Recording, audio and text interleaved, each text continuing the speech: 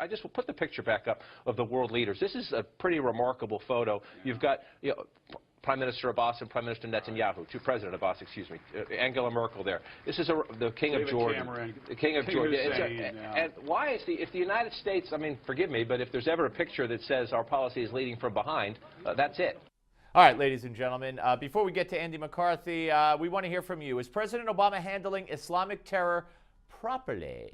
Go to Newsmax.com/polls and vote now, Newsmax.com/polls. And the great Andy McCarthy, former federal prosecutor for the Put the Blind Sheikh Away, New York Times best-selling author, the latest Faithless Execution, building the political case for Obama's impeachment, and columnist, senior fellow at National Review. Don't you have any more credits I could read, Andy? Okay. Yeah, I had to get a bigger door. Yeah. All right. So, you know, of all the columns you've been writing at National Review, one of them really sticks out in my mind. That's who's to blame for the Paris slaughter.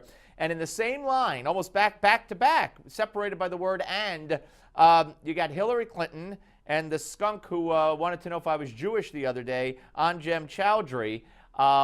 Talk about why they're separated by one word in the same sentence in that piece.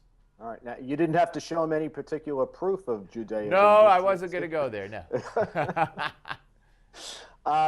Well, you know, look, I think it's, as I said in the column, it's very similar to what we were dealing with a couple of weeks ago with the murders of the police officers in New York City, where, you know, certainly the people who carry out these atrocities are principally responsible, but I think we're kidding ourselves if we don't think that the climate that's created that promotes this kind of activity doesn't bear some responsibility.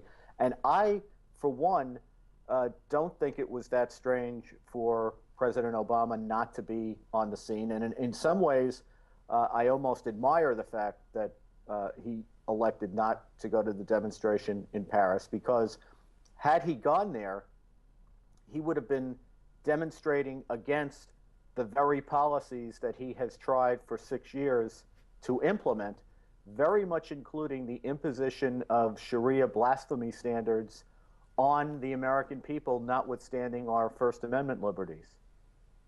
Yeah, no, that's an interesting point. Very, very interesting point. But you do talk about others, and talk about how you think you know, Hillary is not responsible, but how Hillary has contributed here. Well, you know, Hillary Clinton spearheaded the Obama administration's effort to work with the Organization of Islamic Cooperation, this 57 Islamic government entity, mainly a voting bloc at the United Nations that includes Iran, includes Turkey, Saudi Arabia, et cetera, a number of countries that not only impose repressive Sharia, but have pretty hostile relations with the United States. And their main project was to adopt and implement a United Nations Human Rights Council resolution known as Resolution 1618, the purpose of which is to make illegal speech that casts Islam in an unfavorable light, whether it's true or not. Yeah, you know, it is just, there's so much of this to go around. There really, really is. You also talk about Islam, classical Islam. You know, we hear so much. We heard from Josh Earnest yesterday, you know, the corruption of a great religion and the few, and he won't even use the term Islamic terror. But your piece, don't blame the Charlie Hebdo mass murder on extremism, is right on target. Yeah, you know, I think if you look at classical Sharia, I mean, what the progressive and the Islamists want us to believe is that the only thing that they have a problem with is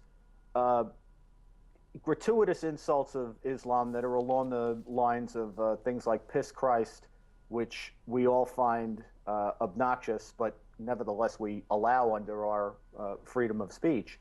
And the real point here, Steve, is that it's not just that kind of insult that they're trying to prescribe. Under their interpretation, they would criminalize any critical examination of Islam, even if it's true, and even if Islamic supremacism, which is a mainstream interpretation of Islam, is our major national security threat. And to go back to Mrs. Clinton for a moment, she not only propounded and pushed this resolution, acknowledging that the First Amendment was a problem for the United States in this regard, she said, we need to go back to some old-fashioned shaming and peer pressure, which is another way of saying coercion that's outside the law is something that's okay if what we're talking about is repressing speech that's critical of Islam.